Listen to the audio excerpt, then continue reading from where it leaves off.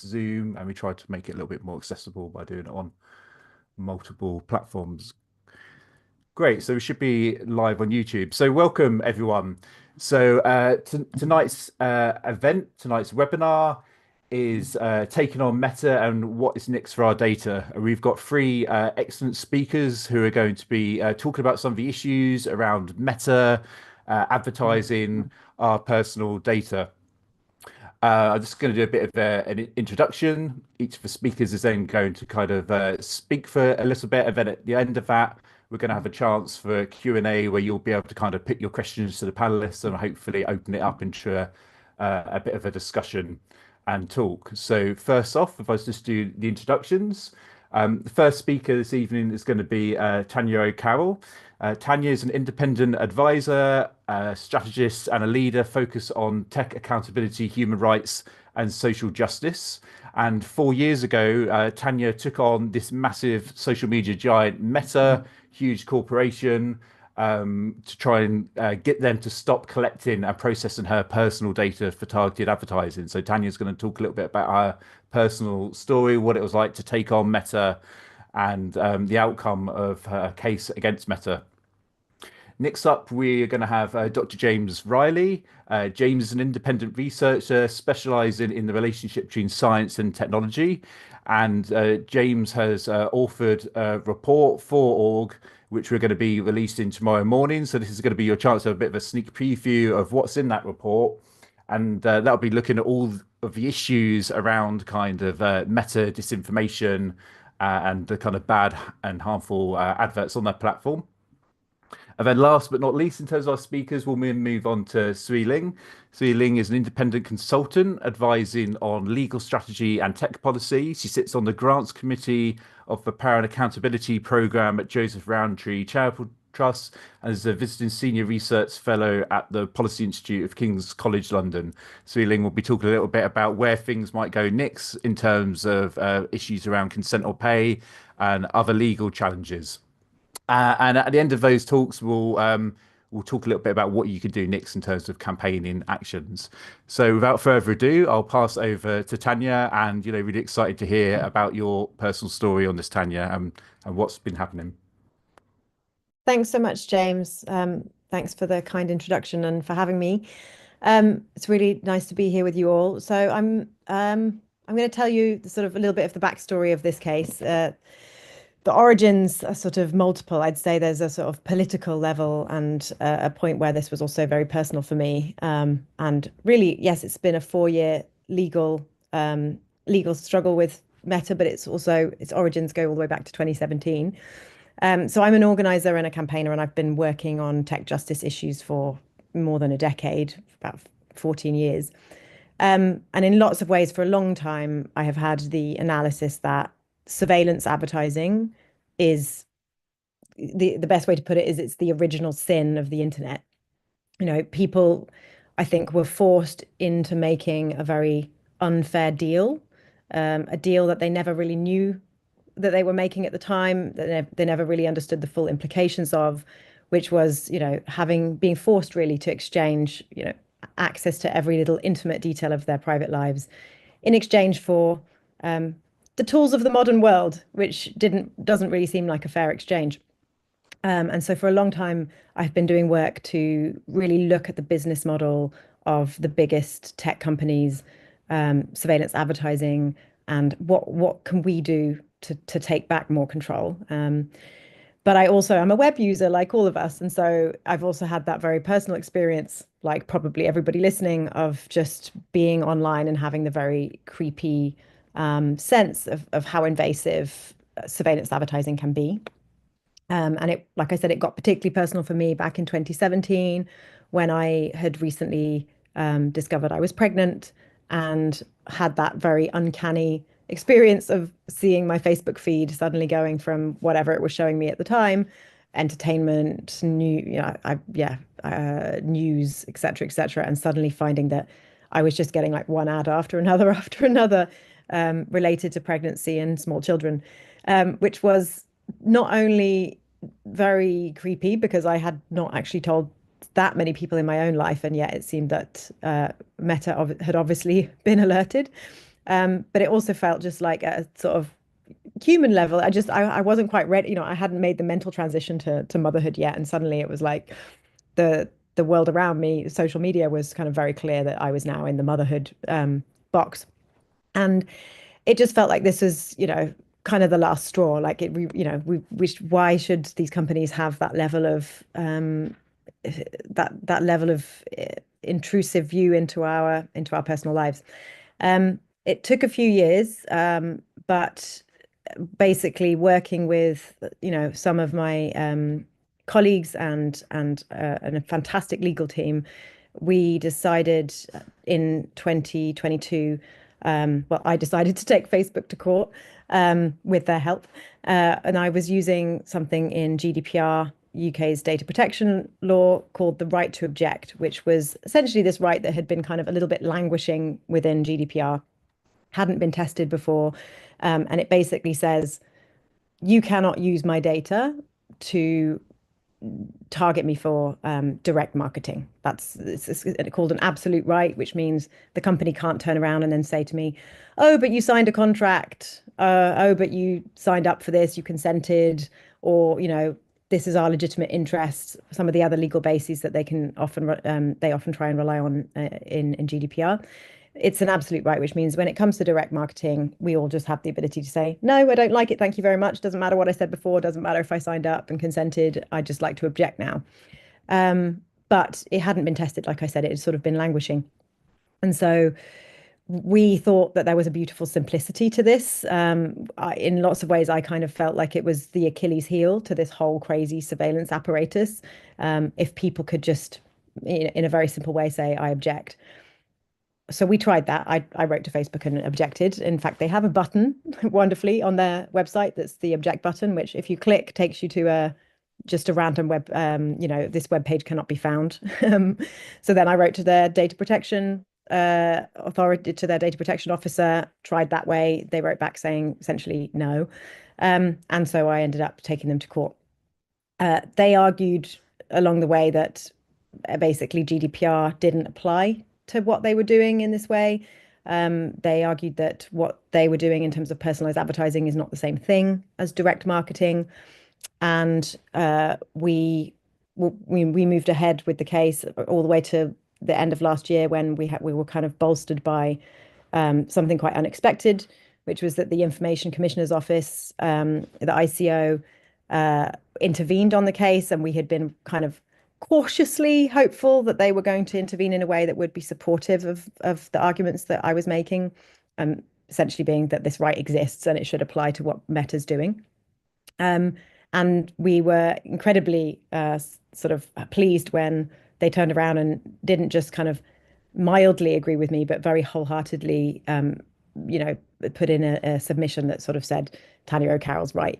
They said that what Facebook is doing in terms of personalized marketing and personalized advertising is indeed direct marketing, that GDPR applies in the way that I've been arguing, and that everybody has this right. It's called 21.2 of GDPR as a right to object, which means that Facebook would have to turn off the surveillance advertising.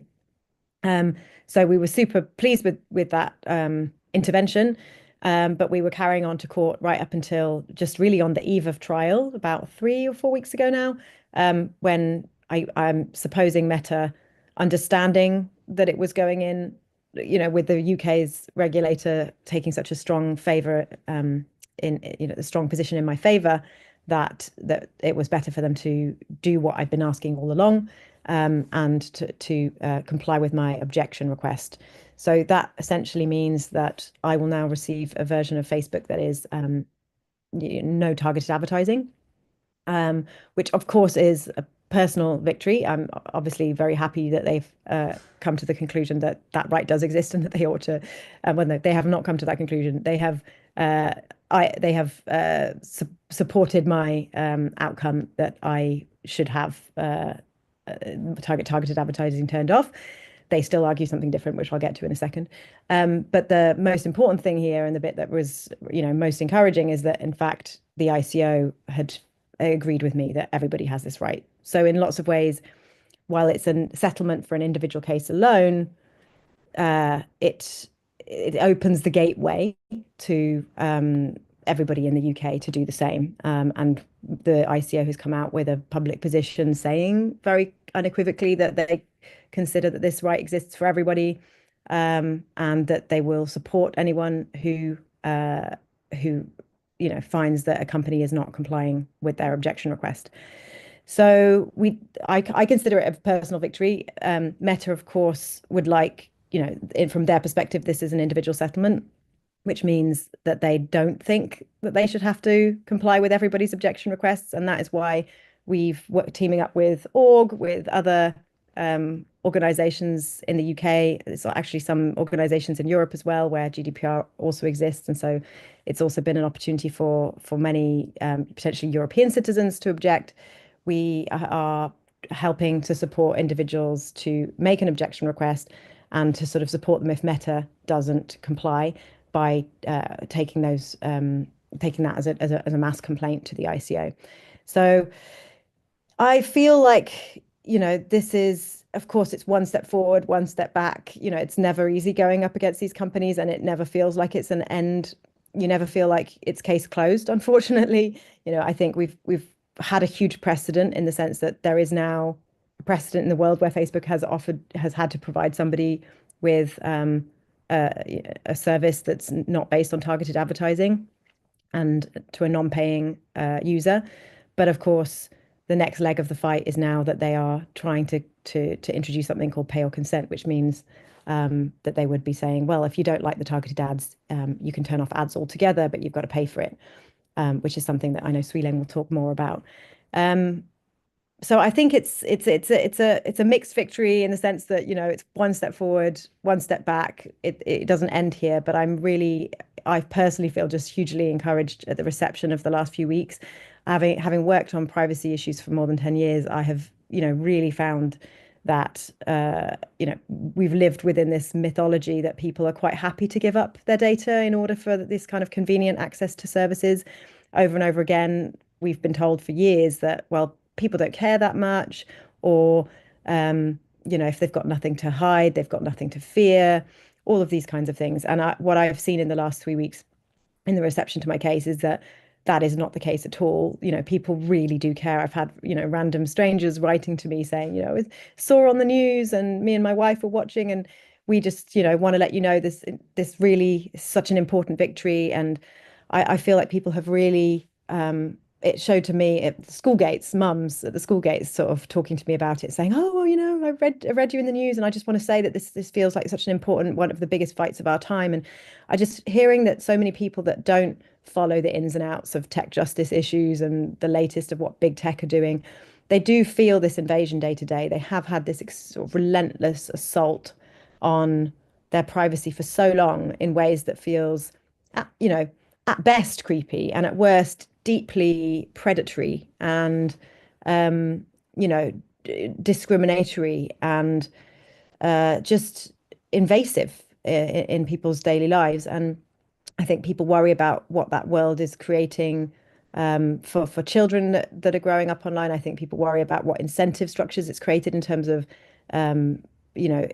pushing clickbait and things that attract high engagement, and so sort of it's contributing to so many of the ills that we see, from the fragility of our democracies right now, the deepening polarization, the growing extremism, that people's data is being weaponized against us because of the surveillance apparatus that the companies have built.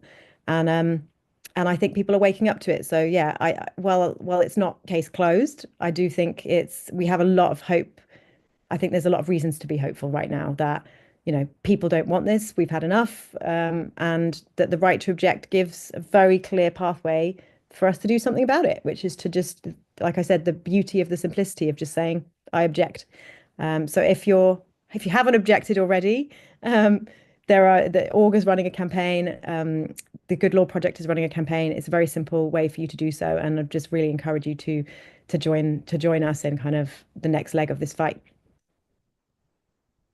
Thank you.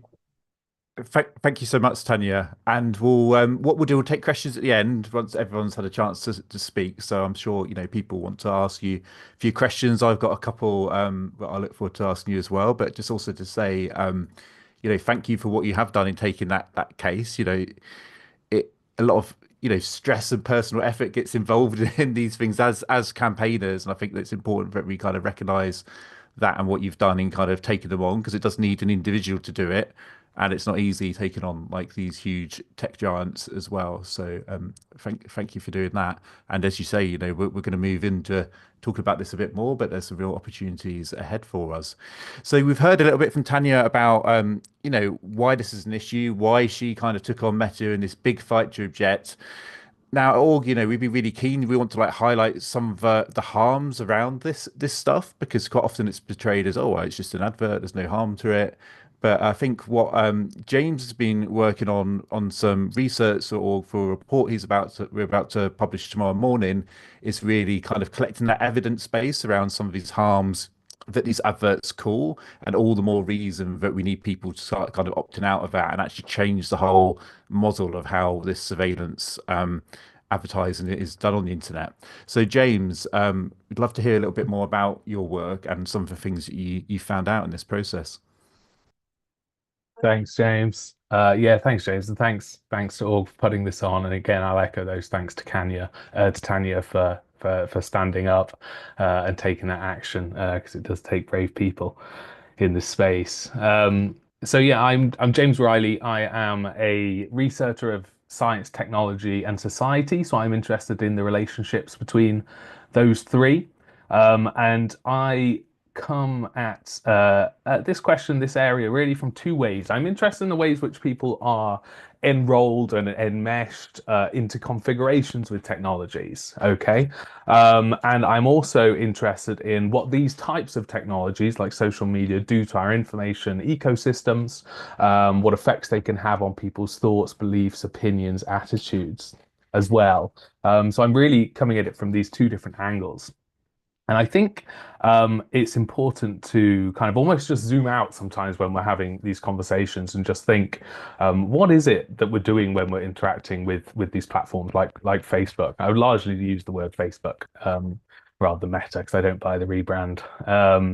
But what is it that we're doing? At the front end, on the face of it, we are sitting down, we are liking posts from friends, we're sending messages to family, we are liking old photographs or sharing an article about history or whatever is taking our fancy at that time. But at the back end of this, because Facebook makes its money based on the amount of attention that you can give it, the algorithm, which we often speak about as kind of this inhuman other at the back end of these systems, is there to maximize your engagement on the platform. And every time you like, you share some sort of interest. Again, you're creating this cage which binds you and keeps your eyes locked on the platform. And the reason why Meta wants your eyes locked on the platform is because, as well as kind of you co-creating this algorithm with Meta, um, Meta is obviously kind of analyzing all your behavioral data, your interests, your demographics, and profiling you as a particular type of person. And there are advertisers out there which would like to access the attention of particular types of people while we are within those cages of our own making. So just that kind of general framing, I think, is sometimes important to restate or re-narrate in new ways. But when we're on these platforms, it's not just people who are advertising, a personalized mug or tickets to an event, or a nice jumper when it's coming up to Mother's Day in your particular country, whatever date that may well be. There are bad actors which also have access to Meta's platform and can use this surveillance advertising architecture to access the attention of the types of people who are currently engaged on the platform that Meta has profiled and built this data profiling of. So in the report, which is coming out tomorrow, we kind of explore that along 5 domains. And I'm just going to give perhaps 3 examples of these types of bad actors using Facebook's advertising architecture to target bad ads. These could be disinformation, they could be division, hatred, they could be the facilitation of fraud. Using Meta's advertising system. So as a starting example, kind of thinking about democracy, and there's some high profile examples of this, like Cambridge Analytica, but in the report, what we try to do is kind of explore a few of the lesser explored examples. So in 2016, when Trump was seeking to get elected, his official campaign team used new big data techniques to separate out the American public into 8 distinct profiles, 8 distinct categories. We'll ignore most of them and just focus on one, which was called deterrence. Now, these are people that would have voted for Hillary if they were to vote, but they potentially might be able to be demotivated from voting. So what Trump's official campaign team did was utilizing Facebook's targeted advertising system. They could target people down to the district level in key swing states with disinformation and demotivating messages to try to get them not to turn out to vote at all.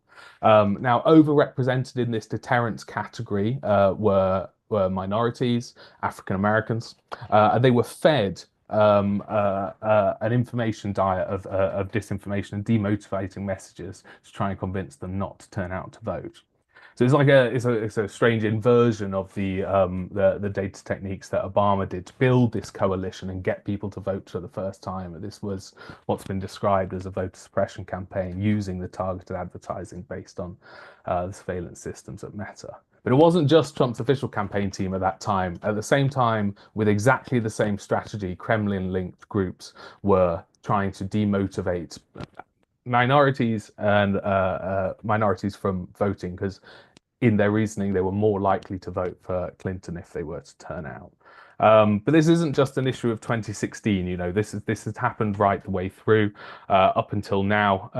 In the most recent US elections, and groups that have kind of been codenamed Doppelganger, which is a Kremlin-linked disinformation network, were kind of infiltrated, and one of their major strategies, along with botnets and trolling and all of the different ways that you can spread disinformation online, was the use of targeted advertising. And in some of the strategy documents that had been uncovered, they had separated out different types of groups where you could target messages to achieve 3 key aims, which was to increase public approval of Donald Trump, to decrease public approval of the Democratic candidate, obviously that shifted, and to decrease public support for Ukraine in the US.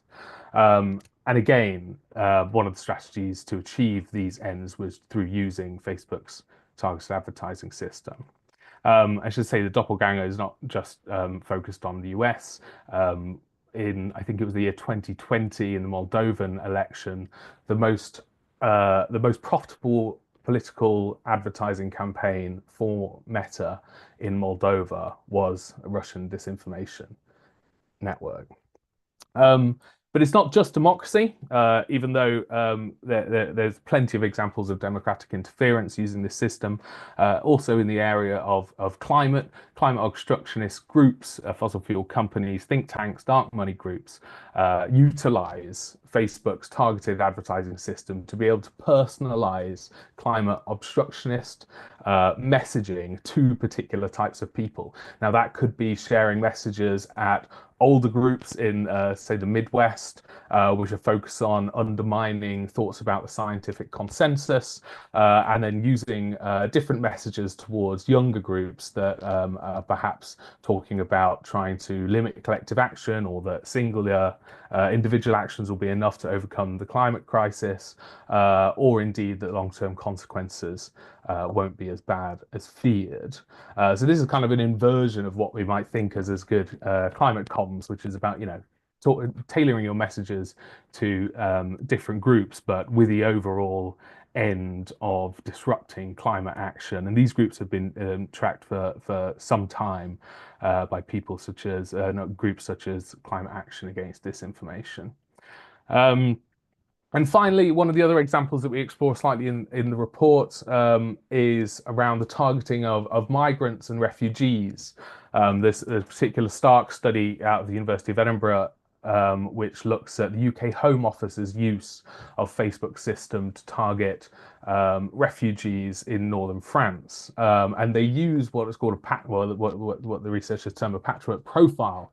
So that is trying to reconstitute almost an ideal type of what they believed a migrant or a refugee would be. So it might be someone who speaks Pashto, has interest in the Afghan cricket team, who's currently in northern France or Belgium, who has other interests that meta profiles, such as being away from home or away from family, and those kind of categories are normally used to target holidaymakers. But in this way, it was repurposed to try and target refugees with fear-based messages to say that if they attempted the Channel crossing, they would likely die, that they would be betrayed, that they would be arrested and have no recourse to support. Okay, but it's not just the Home Office that are using Facebook system to target migrants. To this day now, even though it has been exposed over and over again, it is fairly simple to use Meta's ad library to search for fraudulent ID documents on Facebook, and people using targeted advertising to sell both UK and EU papers. Now, the ones that we uncovered when we were writing the report were particularly targeted at young men in France, in Belgium, and in the EU. But because of the kind of lack of transparency of Facebook's ad library, we can't actually look all the time at the particular categories which advertisers are selecting. But this kind of targeted black market in ID papers, and we only look at ID papers, no doubt it is a broader issue, persists. So across all of these different examples, what we identify are three major problems with the system. First, the transparency problem. We don't really know what targeting criteria advertisers are selecting. In the ad library, in the public ad library, you can see where adverts have been delivered and the different demographics which have seen it, but not necessarily the targeting criteria that advertisers have chosen. And an increased transparency in this regard would lead to greater public oversight, but potentially also a deterrent against the most kind of horrible abuses of this by certain groups. So there's the transparency problem. There's the moderation problem, which is by and large, Facebook relies on automated processes instead of human processes. So it means that often these types of adverts are approved automatically, and then only when they are reported as breaching some sort of standard, then they may well be retrospectively taken down. And this lack of human power, which Facebook decides not to put into pre-approval moderation, leads to a lot of these types of adverts circulating in the first place and doing harms before they are then taken down. You know, Meta has a certain amount of money. You know, they had revenue of 164 billion last year. They could take, if they wished, 1 billion of that and hire an army of 20,000 moderators to make this ad environment a better place if they wish to. And not all disinformation is easily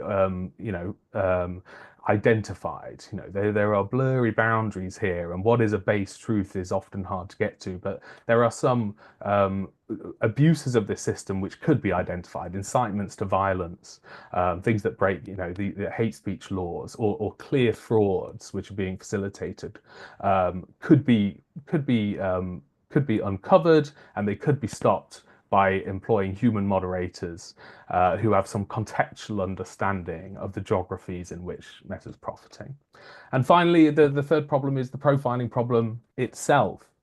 This system that is built on surveillance, on harvesting all of our behavioral data and packaging it for those who wish to access the attention of the types of people that Meta has profiled. And it is in that regard where Tanya's case is so promising, because it just showed that these systems can be challenged if we have kind of the will to do so. So yeah, thank you. Thank you so much for that, James. And you know, so your report's going to be published tomorrow morning, so look out for that on our socials. And I think, you know, what struck me from that report my initial reaction to it was like so many of the big problems, global problems that we face, social problems, we're trying to tackle these as a society, and yet here is Meta using essentially surveillance, targeted surveillance advertising to kind of play both sides of that and kind of target people and profit from it. So like the migrant crisis is a human tragedy, and yet you have both the Home Office, using it, Meta profiting from that, Meta profiting from the people smuggling gangs, and the people trying to, exploit migrants and sell them kind of like dodgy ID, which will probably land them in more problems as well. So it's that, that way in which that surveillance targeting is kind of exacerbating so many of the kind of rifts within society. So yeah, I recommend everyone have a read of that tomorrow when it's published, and I'm sure there'll be some people. I think we've already got one question popped up in chat. We'll have some more questions for some of that, I'm sure.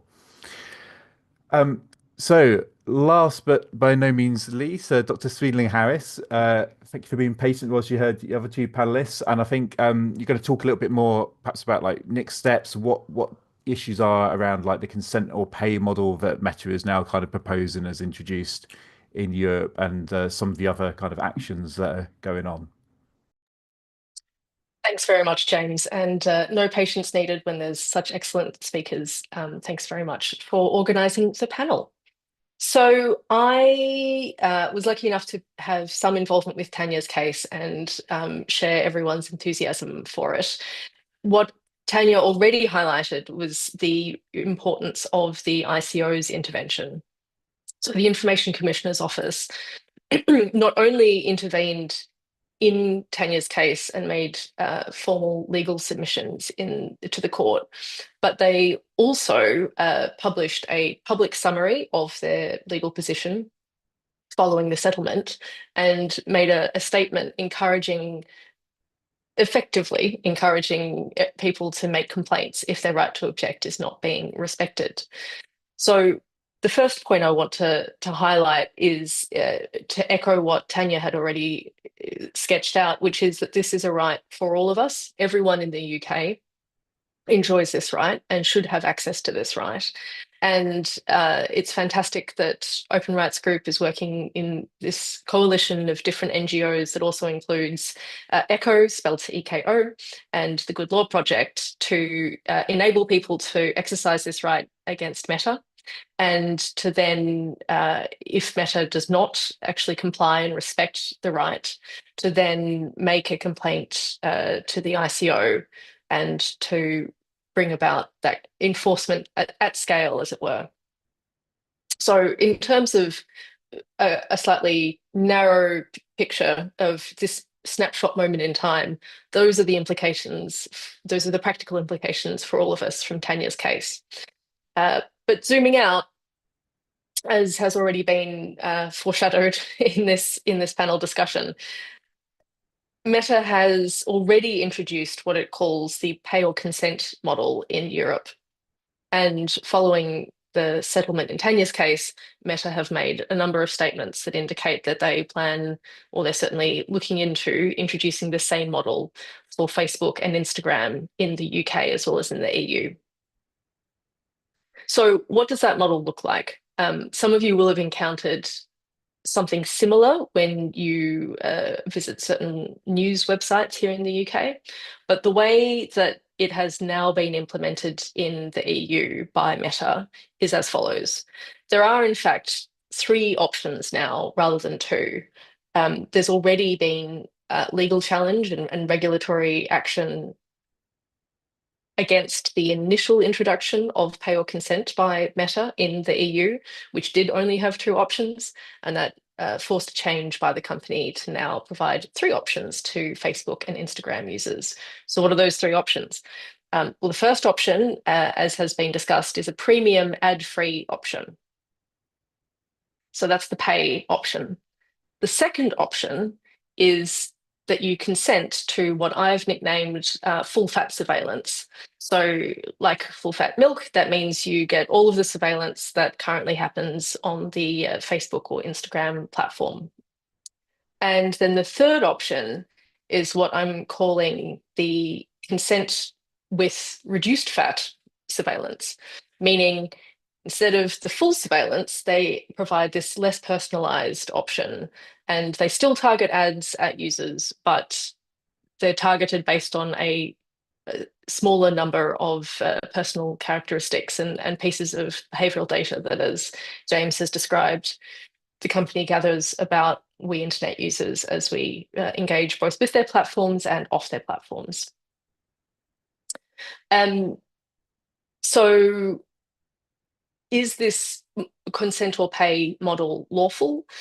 Well, there are many legal experts that argue it is not. So BEUC, which is the peak consumer rights organization in Europe, has been agitating and making sort of complaints and taking legal action where possible to challenge both the original consent or pay model and this revised consent or pay model. And they highlight that from a data protection perspective, this consent or pay model still lacks a lawful basis for the data processing. It's not valid consent if we're relying on consent, and it's and contract is an inappropriate basis for the lawful basis of data processing. So that's one aspect of why the model breaches GDPR in the EU. Another equally important aspect is even if there is a lawful basis for this data processing, whether it's consent or otherwise, it breaches other data protection principles such as data minimization and purpose limitation. I won't go into the weeds of what all of that means, but the point is that there's very good arguments to be made that the model isn't, as a whole, lawful in the EU. And given that the UK GDPR is similar to the EU, at the moment the same, and will still be largely the same after legislative changes are made in the new Data Use and Access Bill, which I'll come to later. Given that the law is the same between the UK and the EU, it's entirely possible that the model would be unlawful if it was introduced here in the UK. So that's point number two. What does consent or pay look like in the EU? And is it lawful? Probably not, or at least possibly not. But as James has indicated, if it gets introduced, if it does get introduced in the UK, that's not the end of the story. Even if the model is lawful, putting to one side the complicated questions of whether it breaches the different protections of the GDPR, the right to object still exists. And as Tanya explained, it is an absolute right. It doesn't suddenly change because Meta has changed its terms of service. The UK GDPR remains as it stands. And what that means is there is an absolute right with no carve-outs, no qualifications to object to personal data about us being used for targeted advertising. And that means that even under a consent or pay model, if we exercise our right to object, that should, first of all, stop our data being used to target ads at us. Secondly, stop our data being used to target other people with ads. So one of the features of Facebook's advertising tools is that it allows lookalike audiences, where people who are profiled to look alike me, a cis woman of a certain age, living in London, certain interests and other characteristics, can be targeted with ads on the basis that that person has a similar profile to me and therefore might have similar commercial interests, as in might want to see the same ads as me. Not that any of us want to see ads. So that's the second aspect of what the right to object should enable. It should stop data about me being used to target other people as well as being used to target me. And then the third aspect is we've mainly been talking about ads on the platform, so the ads that we encounter when we're using Facebook or Instagram. But there are also the ads that Facebook serves off the platform, and in particular, they seem to be targeting app developers and enabling apps to be monetized through Facebook ads.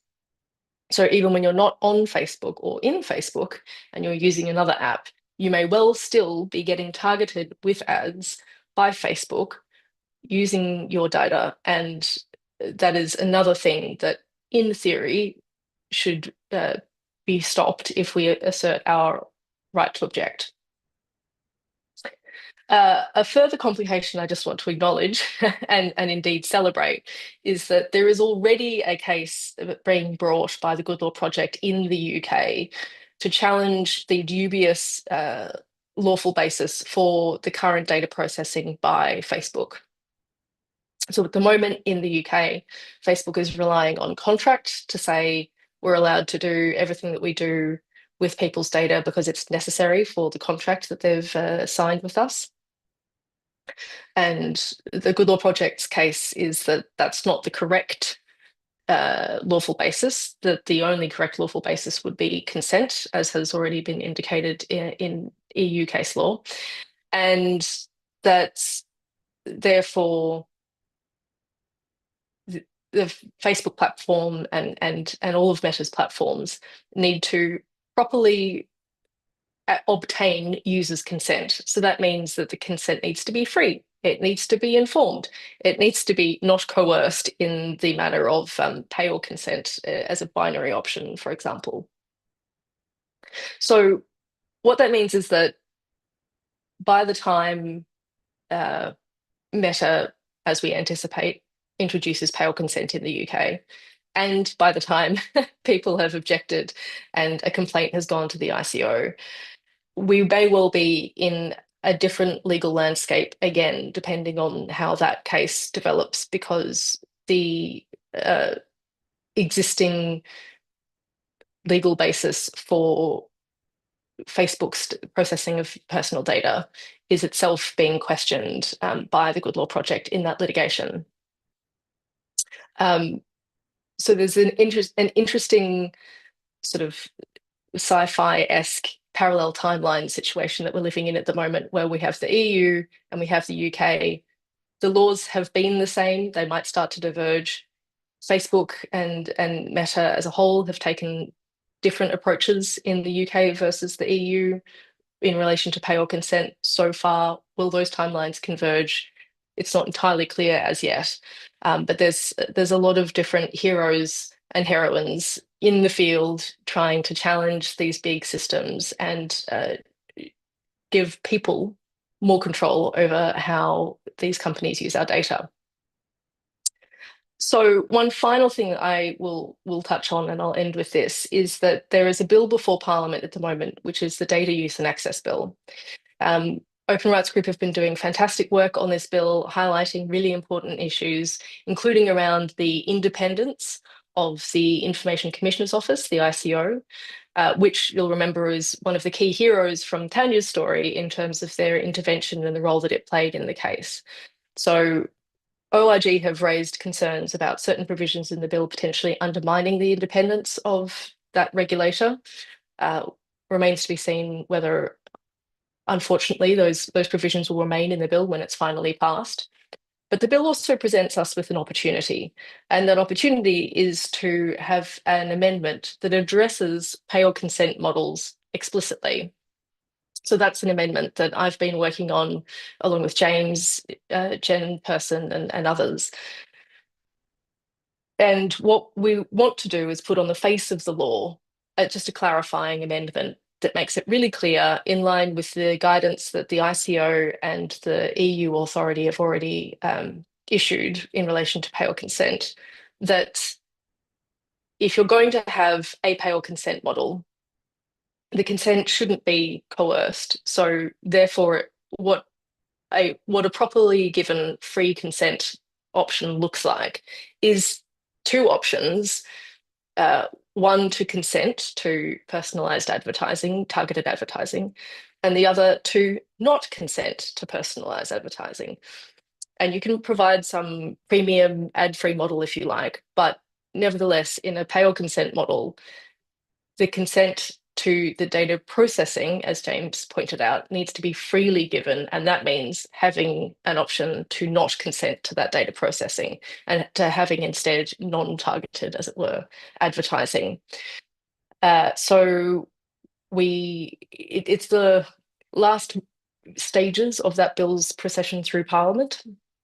So it's the 11th hour, but we want to at least alert MPs and peers to the opportunity to clarify the law, to put this on the face of the law, and to hopefully, therefore, avoid future legal back and forth over whether, in fact, there's been freely given consent, or once again, the companies have put the con in consent, as our colleague Alafia likes to say. I'm going to leave it there, James, and hope that we now have a long queue of enthusiastic questions. Thanks, Swee Leng. I think we've got a series of questions that have come through, which I'd describe as kind of technical legal questions around consent or pay and GDPR. So maybe we can kind of like quick fire through some of those whilst we have your expertise here. Don't want to going to become a who knows GDPR hotspot kind of like quick fire. So maybe we'll do some of those and then we'll kind of open it back up and bring James and Tanya in for some questions. And if people are asking questions, I know you can like type in chat or raise your hand as well. But if you can use the Q&A system within Zoom, that just makes it so much easier to kind of organize the questions. Then I'll be able to kind of read them out on your behalf and put them to the panelists. So first question on this was Article 21 of the GDPR says objection can be made by automated means, e.g. a browser operating system setting. So I guess a bit like the kind of do not track setting that you have on browsers. If objection is an absolute right, surely we should basically all be campaigning for browsers and OS softwares to automatically log that. Are we pushing for that? And actually, this could be a question for kind of Tanya, because it's a bit of a wider campaigning strategy question there as well, isn't it? Yes, I mean, I'll just start with one aspect of it. I think it's Article 21 sub 5, I think, that anonymous attendee is asking about. And yeah, absolutely. I think it's restricted to information society services. And there's a question about what does that mean? And does that include social media and social media platforms? Does it include browsers, as you've suggested? I mean, I think, once upon a time, the idea that, I don't know, the postal service and telephone companies were information society services would have been fairly straightforward. But these terms haven't been clarified in the current digital age. So who exactly that obligation would sit on is a sort of technical legal question that remains to be dug into, as far as I'm aware. However, thinking about automated means and making the administrative burden as smooth as possible is definitely an important thing to think about. And I'll pass to Tanya for any additional thoughts she might want to add. Yeah, no, I would just say absolutely. I think that the do not track is the end game. I mean, like what you ultimately, whichever legal tools we use, and right now we're using GDPR and the right to object, that's the tool that we've got in this particular toolbox. But when we think about the end game, I think it's absolutely clear that people need to be able to just one time make it very clear what their preference is around advertising and not be repeatedly forced to have to make that preference over and over again in ways that tire them out or trick them, as we've got right now with cookie notices. And there's been repeated efforts for years, and I'm sure you're aware of that if you're asking this question around do not track. And I think, asking questions as to why have they not gathered steam?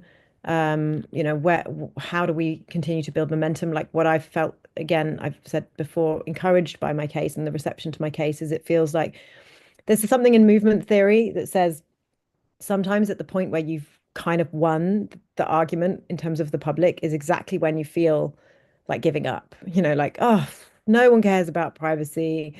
what's even the point? We'll never get these things. We've tried before and it failed. We've tried again and it failed.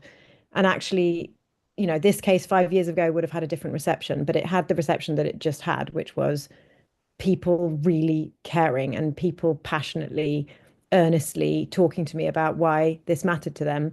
And I think, these efforts, I feel like privacy is not, it's a right that people understand in a much more fundamental way than they did 10 years ago. I think we've got a little bit of way to go still on storytelling. I think we still talk a lot about data, and I don't think people necessarily care about data. They care about the invasion of their intimate experiences. And I think that's where the story about what happened to me in pregnancy really resonated. And I know there's an investigation. I just spoke to a journalist coming out about how wide and common that experience is among women, and particularly women who've had experiences of miscarrying or having a termination and then having that same experience. And it's, I think the more that we associate privacy with these intimate experiences and this sense of invasion, the more that I think people really get it. It's not about data, right? There's nothing in that about data. And so yeah, my answer is yes, I think that is part of the end game. I don't think we've got a straightforward, easy legal route exactly right now. I think it's going to be trying, like the same thing, one step forward, one step back, trying different approaches.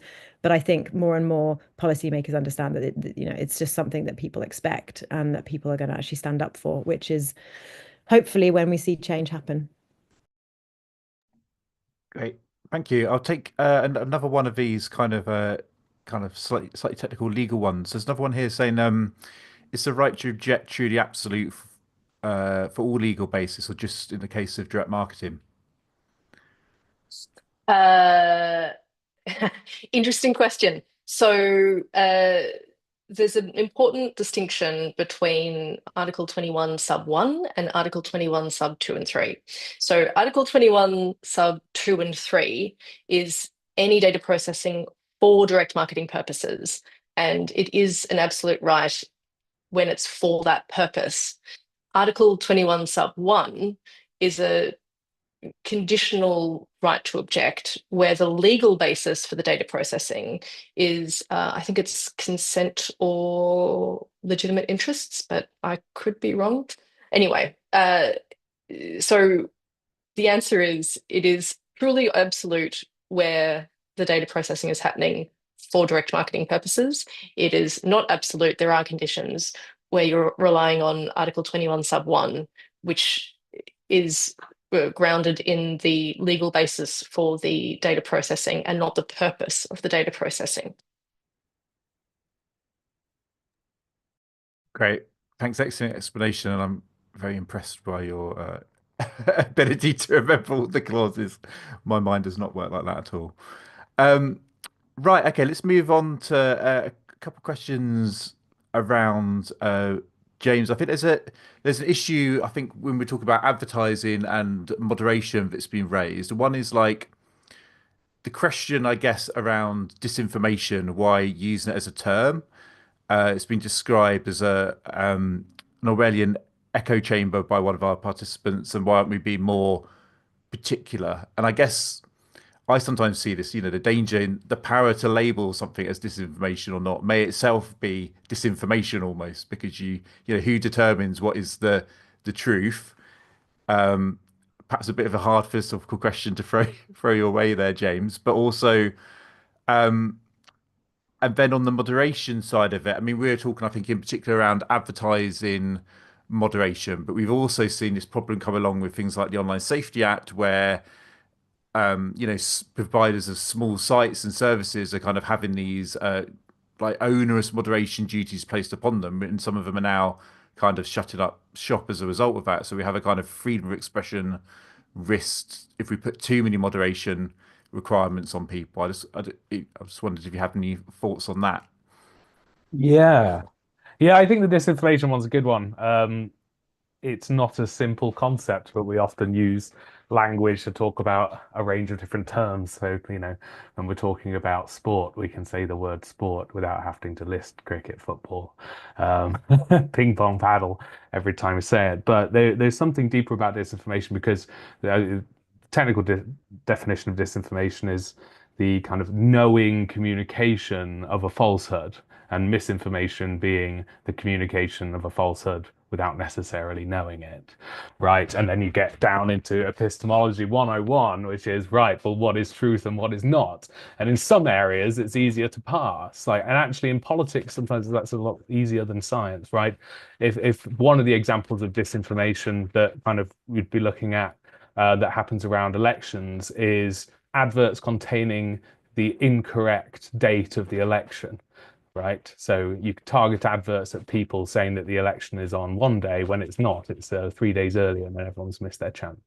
But yeah, and it's not easy to pass truth and falsehoods all the time. But sometimes it's important that we have language to say that there are truth and falsehoods.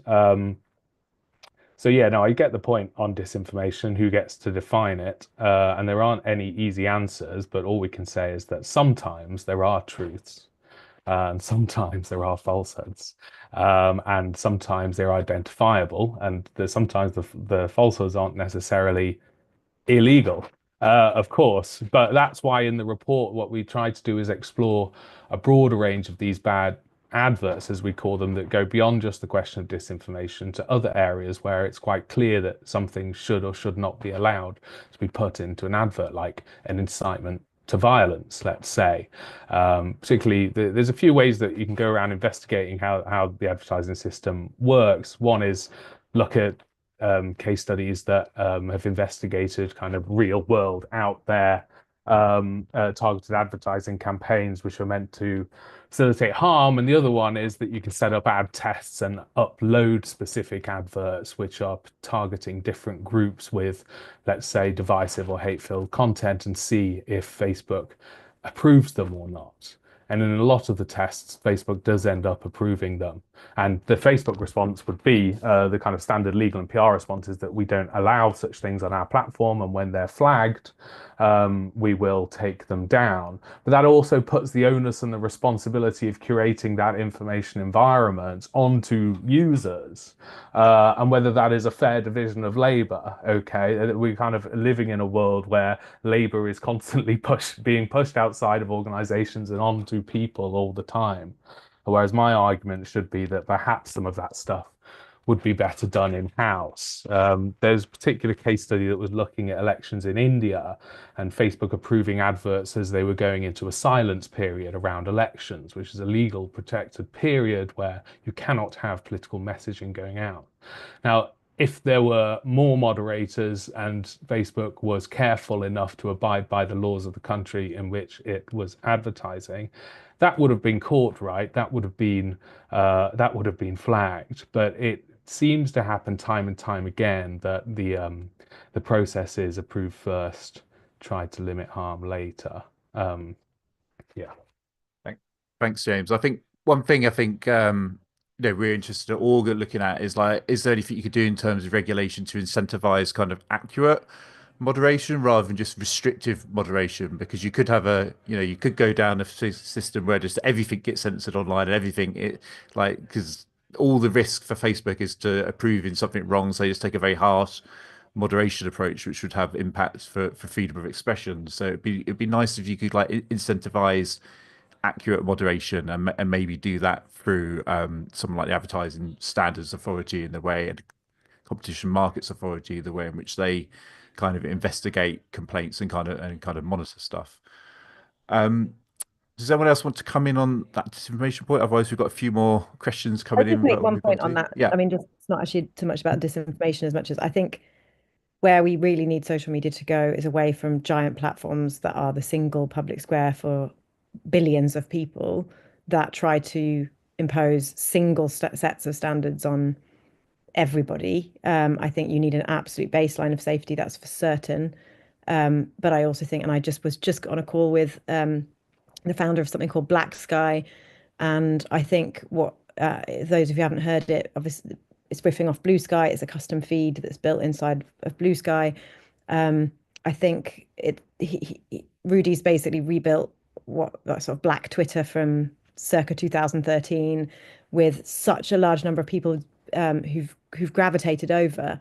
and I was speaking to someone who's joined and is actually paying to keep the service that he runs, because he's now running a content moderation service and sort of like a magazine, essentially a curation service.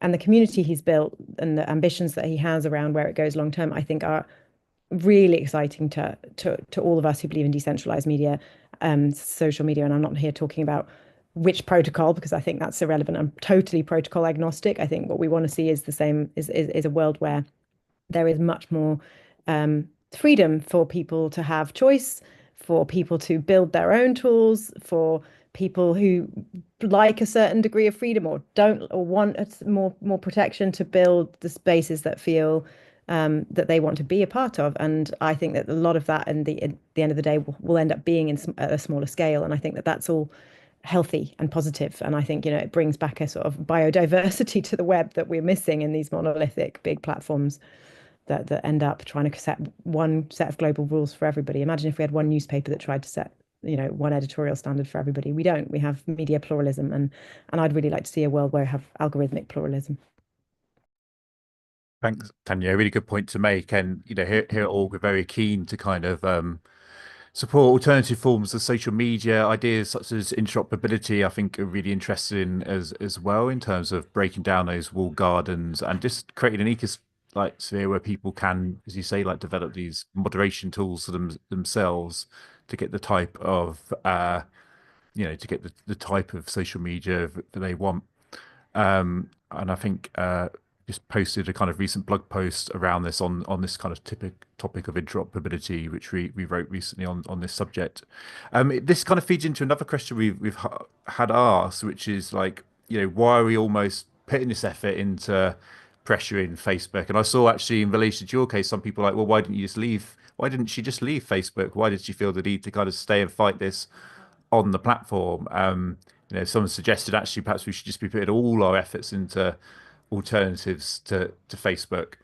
So I wondered, your I get thoughts asked on this all the that point. time, and I'm sorry, I happen to think it's a question that makes no sense. It's a bit like saying, oh, look, there's millions and millions of people in that, and Cory Doctorow said this, so I'm stealing his. I think it's just a perfect analogy. It's like, look at all those people who are enjoying themselves in that club, but it's a really bad club that's got terrible policies, and we don't like it. It's corporate and we don't like what it stands for, so let's not build fire escapes into it. It's like, if you believe that having 2 billion people on the planet is 3 billion now, I mean, I think we're talking huge numbers of people who are on Facebook, and their primary experience of the world is not the one we'd like them to be having over on Mastodon or Blue Sky or on whatever is coming next. And I just think, we have to, these corporations, they have so much power. They dominate the marketplace. In fact, their dominance is also what's preventing alternatives from really breaking through in the marketplace. And I just think if we don't change the business model, if we don't change the incentives of that marketplace, not only are we leaving 3 billion people with no fire escapes or fire exits, but we're also failing to actually create the market conditions and regulatory conditions for something else. So yeah, I think it's very important that we don't let these companies get away with it. And I also believe that they are acting right now as the global public square, essential service for all those people. And it's not really, for a lot of people, a choice. And it's not a lot of people around the world a choice whether they're on Facebook, if that's where they access medical information, or if that's where they participate in a community group that's really important to them. And I don't accept that this was ever a choice. And so yeah, I really believe that we have to keep fighting. Thanks for that. And I 100% agree. I've had this experience myself, where as a privacy campaigner, I've wanted to delete my Facebook account, but then you have particular relatives, or you have particular community groups, like my neighborhood watch type thing is on Facebook. I'm not going to be able to. I'd love to try and be able to persuade them all to set up a signal group or get on Mastodon, but I can't see that happening. And things like interoperability, wouldn't it be nice if we could message people in those groups from the platforms we wanted to use? That'd be lovely. I mean, people wouldn't be tied into these harmful platforms. But as you say, we still need to try and fight and improve those platforms for the people who are on it, because those people also deserve to have their privacy rights respected. Moving on, another question then. one from Mike O'Neill. He asks, what are the chances for collective action availability for non-availability of objection or other GDPR e-privacy violations in the UK? It's an excellent question. So I assume that the questioner is thinking about collective action in the sense of a legal action and a legal case, which would be theoretically possible on an opt-in basis using the GDPR, but not on an opt-out basis. What do I mean by that? There are two ways of doing a collective action that's a legal challenge. One has the default setting that everyone that belongs to the class, everyone whose interests have been affected by the case, by default are included in the case. That's an opt-out model. And the other way of doing it is a procedure that allows people to opt in. So if they think that they qualify for the relevant class, they're able to opt in and say, yes, I want to be included in this case. The UK has not implemented an opt-out procedure for the GDPR or for most laws for that matter. So therefore, the only option would be an opt-in approach to a collective action, which is possible, but it does mean that the administrative burden is quite considerable in terms of finding those people and encouraging them to opt in, and then managing, as it were, the class throughout the litigation. But that is a very legalistic answer to that question that I hope helps. Thanks, Swee Leng. So hopefully that's answered your question, Mike. We'll move on to another one. This is around what the panel's views are on the ICO's guidance on they put pay or OK models. Is there a complaint lodged? Wouldn't they be bound by it? So wouldn't they be bound by the ICO's guidance on this? I'll jump in, James, and then James and Tanya, if you've got any other, feel free to jump in with your own thoughts on the ICO guidance. So my thoughts overall on the guidance are that it's very long and quite complex, and it, I think, lands in a very similar place to the European Data Protection Board, but one of its weaknesses, as it were, is its length and complexity. And so, for example, there's a very good, it raises points around effectively market dominance, and that you can't call something consent if the only other option a user has is to leave a market dominant service. Because obviously, if it's the main service that everyone's using, it can be very difficult to leave it for all of the reasons that we've been discussing just now. So that's the kind of big picture answer to what do I think about the guidance. Specifically on the issue of of the right to object, I'd call the guidance slightly unhelpful in that it isn't as clear as it could be on where the right to object stands in relation to pay or consent models. And that's one of the reasons that Open Rights Group and I are working together on this amendment to try to clarify the rights and conditions that are at stake when there is a pay or consent model imposed. And in thinking about that forward-looking, if there's a complaint to the ICO, won't they just have to reject it given the guidance? Well, what the ICO said in Tanya's case in their published summary of their position is that the right is absolute. So the ICO has been really clear in Tanya's case that there is an absolute right to object to data processing for direct marketing purposes. And what that word absolute means is it's not a right to object unless you've signed a contract, or a right to object unless someone's wearing a pretty outfit, or a right to object unless there's rain that day. There are no conditions or carve-outs. It's an absolute right. And that means it endures and it stays the same regardless of the context in which someone is trying to exercise it. So pale consent, full fat, low fat, no fat, doesn't matter. You should still have this same right to object to data processing for direct marketing purposes. Thanks. So does anyone else want to come in on the ICO's consent or pay model, or perhaps, just how the ICO generally has been kind of responding to this, and how we might want to try and work with the ICO in a kind of fashion moving forward? Yeah, I think it's worth saying that the ICO, I think it's worth always understanding what a regulator is in a way, like what you can and can't expect from a regulator. Regulators are inherently risk averse because they're terrified of litigation. And so whatever ICO does, it is thinking about it in the context of a legal challenge from Meta. And we already know that Meta has sued left, right, and center when it disagrees with what data protection authorities are doing. So it's not an irrational fear for the ICO to have. It's also got the government, and the government's current posture when it comes to these issues is totally pro-growth. It is incredibly pro-big tech.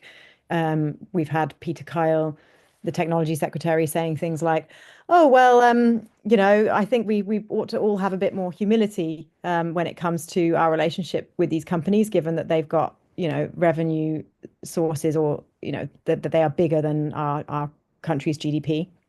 And I just think that is, an incredibly embarrassing position, and shameful position, really, for a government to take. I mean, it's very clear that they've got to at least believe that they have a right to enforce their own democratic laws. But yeah, so I think the ICO has to be careful. It's going to be under scrutiny for the position that it's taken. And I think they did some really serious good work on this. They put serious thought into it. I think they are sincere about that, but I think they need backing up. I think they need political cover in this moment. If they're taking on big tech and they don't have the backing of the UK government in doing that, if the UK government's going to lean on them to be less aggressive in enforcing GDPR because they see GDPR as red tape or whatever, then it's going to really require us, UK citizens, making sure that our politicians understand that we expect the ICO to do its job. And so anything we can do to sort of help provide that political cover for the ICO, and help them to kind of be institutionally brave, something that regulators don't do naturally always, is going to be helpful. Thanks, Tanya. And in terms of that, where we're going next with this campaign and people opting out, I think it was mentioned earlier that a couple of organisations, including org, have tried to make this process simple for you by creating some kind of tools that you can use, and also kind of providing texts for how you can actually do these kind of opt-out mechanisms. So on our campaign page, we've got one of those tools you can do. I think we've had a few hundred people do it already, but we're also making it very clear that you can like send this message directly to Meta via your email inbox. You don't need to use like org's emailing tool. It's there if you want to, but we've provided just a simple kind of mail to link for people to do it as well. And we want lots of people to do that at this stage. And then what is likely to happen, is that Meta aren't going to kind of just accept this or do it. So there is going to, at some point, then it's likely we're going to then need to kind of make a complaint to the ICO. So if you've made this action, then what we'll do, there's a host of organizations now, we're kind of coming together in a coalition to kind of plan this next stage of action. We'll be kind of then say looking for individuals. It might just be like one really good complaint that we kind of work up, or we might try and do a collective complaint on behalf of a number of people who've done this and submit that to the ICO. So please do kind of take this action and let other people know, because part of this is around kind of building the political will and the public awareness that you even have this right. Because most people, if I was to go out on my street now, I mean, it's a quiet street, so I wouldn't meet anyone. But if I was to go to a busy street with a clipboard and stop people and go, "Are you aware of your UK GDPR right to object?" Most people would look at me like I was a bit deranged, and I'd lost the plot, because most people aren't aware they even have these right. So I think there's a real challenge for us as people who care about this stuff to kind of get out there, talk to our friends and neighbors, actively politically campaign to make people aware of one, like the harms that this surveillance, advertising, and profiling of their information does. And a lot of the time people don't like to think about it. It's like that. It's easy if I just click and accept this stuff, isn't it? And I don't really want to think about what lies underneath, because if I did start to think about it, I'd have to start doing all these things around it. And some people just, oh, it's easier just to accept that I haven't got any privacy anymore. So we need to kind of challenge that mindset in people, like let them know about the harms, why we do actually need to take action, and also make it as easy as possible for people to do this opt-out tool. So that was my little like campaigning sales pitch for people. If you haven't yet done it and you're on this webinar, or if you're watching the YouTube video afterwards, do like check out these opt-out tools that different organizations are doing. We've got a questions there, an opt-out tool available for other EU country residents as well. I think the tool, am I right in thinking the tool that Echo did, or some of the other EU campaigns have kind of created language for that? That's right. Echo has run a campaign on this, Megan. So you could get in touch with them, or their page might still be live. I mean, you could also use the org tool and adapt it for the relevant country that you're in, but it might be easier using the Echo tool. So that's EKO is the name of the organization. If you get in touch with them, hopefully they can help you, or their page may still be live. Yeah.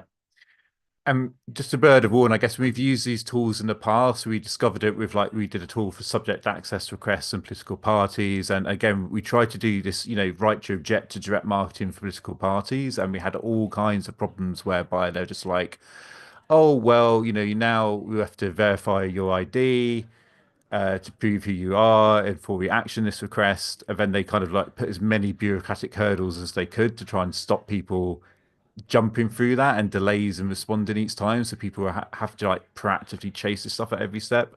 They tried to say that like an email from a third party tool didn't count as a request, even though the ICO itself has got like a third party tool for doing subject access requests. So nothing different really using like one of our tools to make the request. There's nothing in GDPR, as I understand it, that says you have to make a request via a particular medium.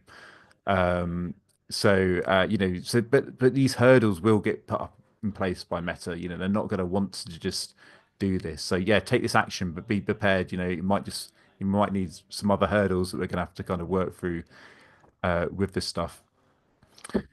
Okay, so let's see if we've got about kind of 10 minutes left. I wanted to have a little bit of time at the end just to do a bit of an org sales pitch and just introduce you to Alberico, who's our new campaign manager at org. But whilst we've got all these fantastic panelists here, I just want to make sure we've got through everyone's questions. Now there's one, did it get answered?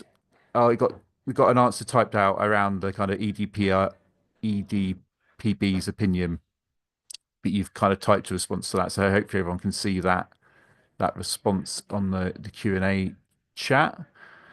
What other ones have we got?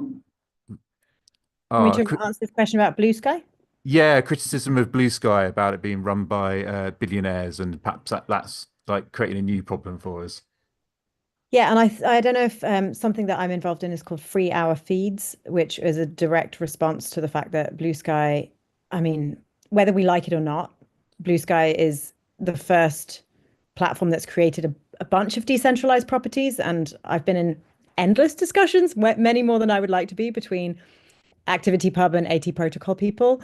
And I have, as a campaigner and organizer who sees all of these things as broad efforts in part of the Rebel Alliance, I have limited time for those that think that the other side is completely wrong. I think there's a lot that's interesting properties in both, and there are also problems in both in terms of what is the probably end state that we all want to achieve long term, which I think will be probably an amalgamation of various properties. Just to mention one from Blue Sky that I think is good is around its PDS and identity, the way it manages that. For example, Black Sky, which I mentioned before, one of the really interesting things that it's done is launching its own relay and its own PDS server, which means that basically everyone who wants to be on Black Sky can now no longer be on Blue Sky. They can point to Black Sky, and without from a user perspective, without any complexity on the back end, there is data sovereignty, that their identity is now attached to BlackSky, and the relay that BlackSky will be running will be pulling from the fire hose of everything, which means that if anybody tries to touch Blue Sky or change it, they've got like a direct access to that. So there's all kinds of things that really are happening. It's just super early days. I mean, Blue Sky's only been up and running since February last year. Super early days, and it's obviously 36 million people on there now. So it's the first decentralized network, or at least attempt to build a decentralized network, and that has got some scale. And I think that shouldn't be sniffed at. Again, back to the kind of where we want users to leave Facebook and Meta, and there are not a huge number of alternatives. And unfortunately, Mastodon, even though I would have loved it to have taken off, like that would have been my utter dream. It was also in Europe, which is what I really want to see, is European social networking. It just hasn't provided, a simple user experience that has meant people have flooded there, and that's just reality. And we have to kind of work within the constraints of reality rather than our hopes and dreams, as I often have to face as a campaigner. So yeah, I think Blue Sky is not ideal. I think its current setup is a serious problem. I think it's backed by venture capital. I think its core founding team are doing some really interesting thing. I know some of them, and I think there are a huge amount of integrity on that team. But we know that it's not enough to have good intentions from engineers. You need structure and governance, right? Which is why Free Our Feeds is all about trying to build independent governance of the app proto, have it be actually detached from the company itself. There are already people talking about it being Atmosphere as a sort of separate thing from Blue Sky, and that being plugged in at the protocol level, to having IETF and or W3C having some independent standardization of the app protocol. So, like I say, it's super early days. I don't think none of these questions are going to be super straightforward to answer quickly, but I have a lot of reason to believe that engaging is how we move this forward and how we actually liberate Blue Sky. And like I said before and I think I'm just repeating Cory Doctorow here, who's much better at saying things than I am.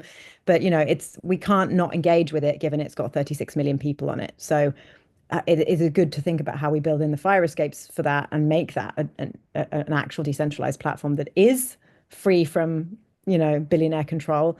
I'm interested in that problem rather than just saying we shouldn't engage with it or touch it, because we have, we want to be so purist about it. So yeah, I'm a pragmatist at the end of the day, and I think that there is a lot that we can. There's a lot of great people doing good work over there, like Rudy at Black Sky. I mean, I don't think I've seen anything done at scale in that way that's inspired me as much, in years. So it's worth paying attention to.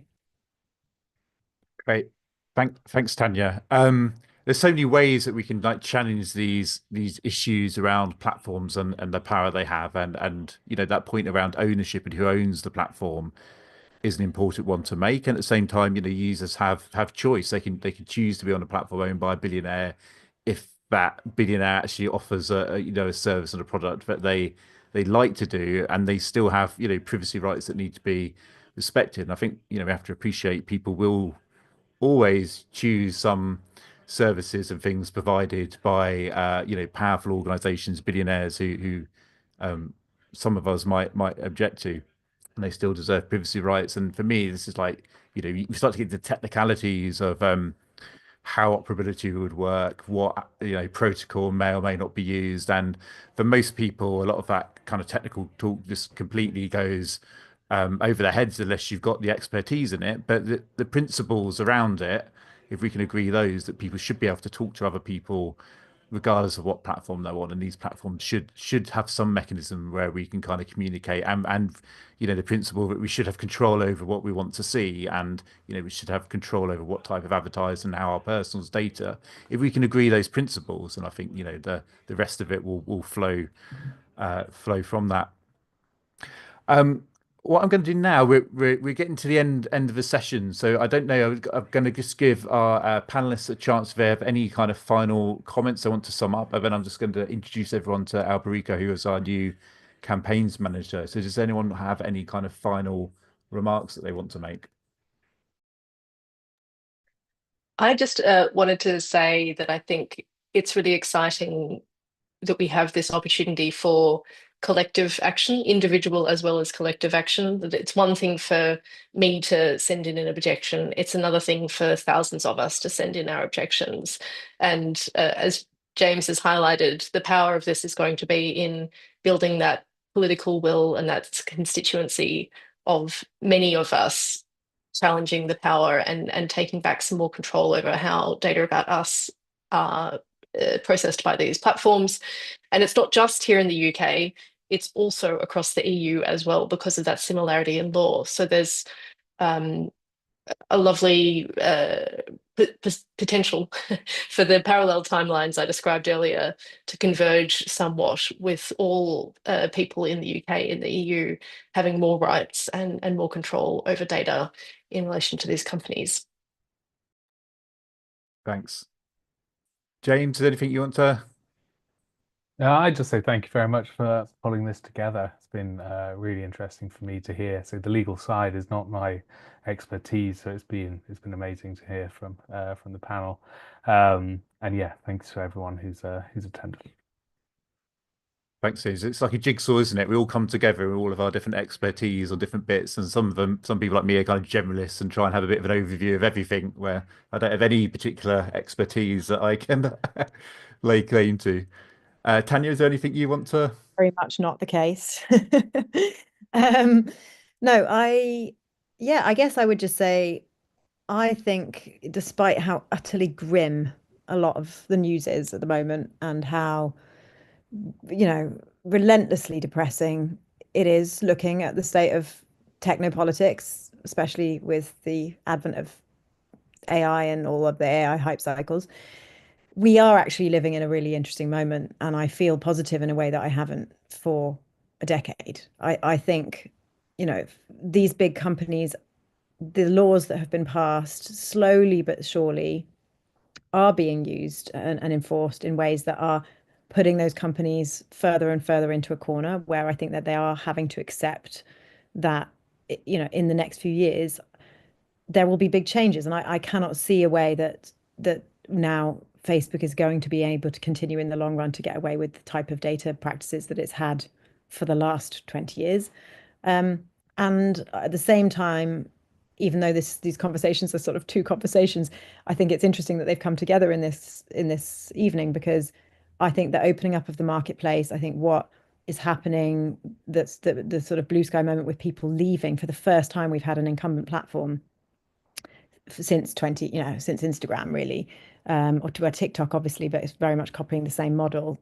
Something that's emerged with a different model has managed to attract a serious user base. And I think that this is opening up the political and public's imagination to what might be possible. We're being able to see for the first time outside of the status quo, where we're told surveillance advertising is just how the internet works.